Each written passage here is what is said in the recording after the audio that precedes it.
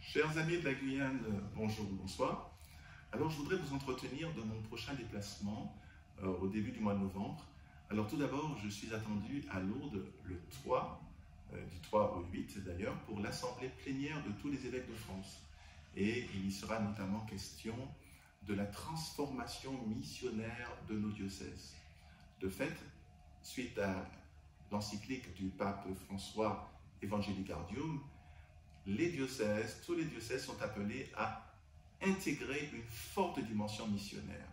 Et donc tous les fidèles sont appelés à devenir des disciples missionnaires. Donc ça a des implications. Donc il nous faudra réfléchir pour voir comment on va pouvoir vraiment réussir ce défi et cette orientation que nous donne le Saint-Père.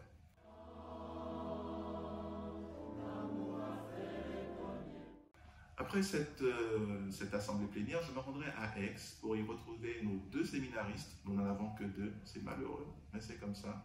Ludovic, qui est déjà diacre, qui est dans sa dernière année, avant son ordination presbytérale. Et puis Givenchy, qui est en 5e année, donc, et qui se prépare, lui, au diaconat.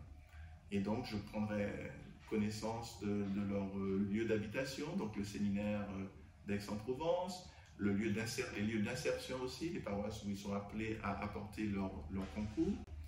Et puis, après donc, une bonne journée avec eux, je me rendrai sur Paris, puisque je suis attendu pour la grande messe des Antillais-Guyanais qui se réalise tous les 11 novembre.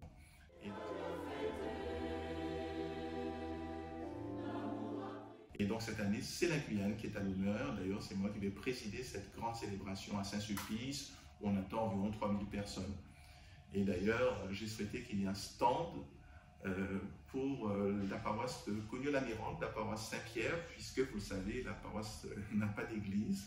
Elle se réunit sous le préau d'une école, et c'est évidemment pas commode. On peut y dire la messe le dimanche, mais bon, évidemment, c'est très compliqué pour faire plus. Hein, pour célébrer, par exemple, des funérailles, c'est pas possible, ou des mariages. Donc, il faut absolument qu'ils aient une église pour qu'il puisse y avoir une vraie vie paroissiale autour de cette église. Donc, j'invite tous nos amis guyanais qui sont en métropole à venir à cette célébration, et puis les autres aussi, bien sûr, les Antillais également, puisque ça concerne tous les Antillais-Guyanais.